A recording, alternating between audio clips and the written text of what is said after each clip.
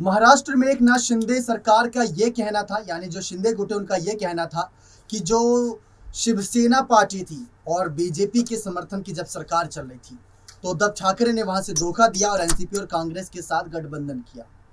लेकिन अब कांग्रेस नेता के खुलासे से बवाल मच गया है। जी हाँ, कांग्रेस नेता ने साफ कहा कि जिस दिन महागठबंधन की बात हो रही थी, बीजेपी का साथ छोड़ने की बात हो रही थी, उस दिन एक नाथ शिंदे भी उन नेताओं की लिस्ट में थे जो हमारे पास आए थे।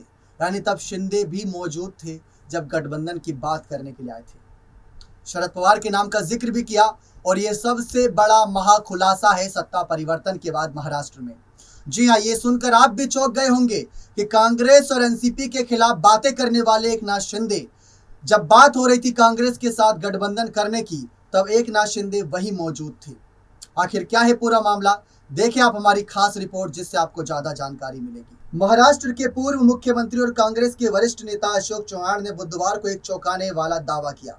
दावा यह है कि फडणवीस सरकार के कार्यकाल के दौरान शिवसेना कांग्रेस के साथ गठबंधन करना चाहती थी। अशोक चव्हाण ने कहा कि 2014-2019 के बीच जब भाजपा शिवसेना सरकार सत्ता में थी, तब शिवसेना का एक प्रतिनिधि मंडल कांग्रेस के साथ गठबंधन का प्रस्ताव लेकर उनके पास मुंबई ऑफिस आया था। उन्होंने कहा कि उस प्रतिनिधि मंडल में वर्तमान मुख्यमंत्री एकनाथ शिंदे भी शामिल थे। शिंदे तब भाजपा के देवेंद्र फडणवीस के नेतृत्व वाली सरकार में मंत्री थे। साथ ही साथ चव्हाण महाराष्ट्र कांग्रेस के अध्यक्ष थे।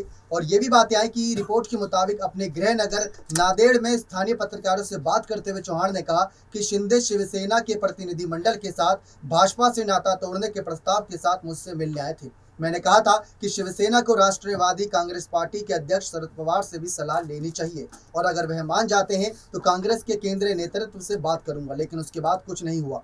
चव्हाण के अनुसार कथित बैठक राज्य में 2017 के स्थानीय निकाय चुनावों के दौरान हुई थी। उस समय भाजपा और शिवसेना के बीच संबंध बेहद तनावपूर्ण थे। दोनों दलों ने अलग अलग चुनाव लड़ा था। कांग्रेस नेता शिंदे के उन दावों पर टिप्पणी कर रहे थे जिसमें उन्होंने कहा था कि उद्धव ठाकरे के खिलाफ विद्रोह इसलिए किया क्योंकि शिवसेना प्रमुख ने कांग्रेस और रांगपा के साथ हाथ मिलाकर हिंदुत्व को छोड़ दिया।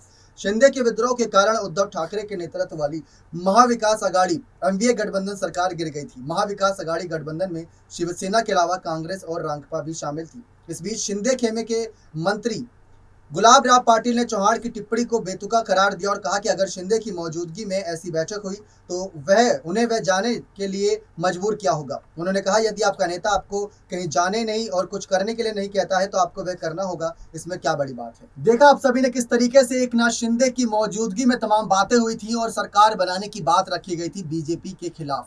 लेकिन अब ये खुलासा हो चुका है और कांग्रेस और एनसीपी के जो खिलाफ बातें करता है शिंदे गुट, उनके लिए दंग कर देने वाली बातें, उनके लिए चौंका देने वाली बातें हैं। महाराष्ट्र की राजनीति में सबसे बड़ा खुलासा है और इस खुलासे के बाद उद्धव, शरद पवार और तमाम विपक्षी नेता अब एक नाथ शिंदे और फडणवीस की सरकार पर निशाना साधेंगे। खासकर एक नाथ शिंदे पर जो लगातार यही कहते हैं कि रांगपा और कहीं ना कहीं कांग्रेस के साथ गठबंधन बहुत बड़ा कह सकते हैं एक कारण बना महाविकास आघाड़ी सरकार गिरने का। अब देखते हैं इस पर क्या जवाब आता है शिंदे गुट की तरफ से। बने रहे चैनल के साथ ऐसी और तमाम बड़ी खबरों के लिए बहुत बहुत धन्यवाद।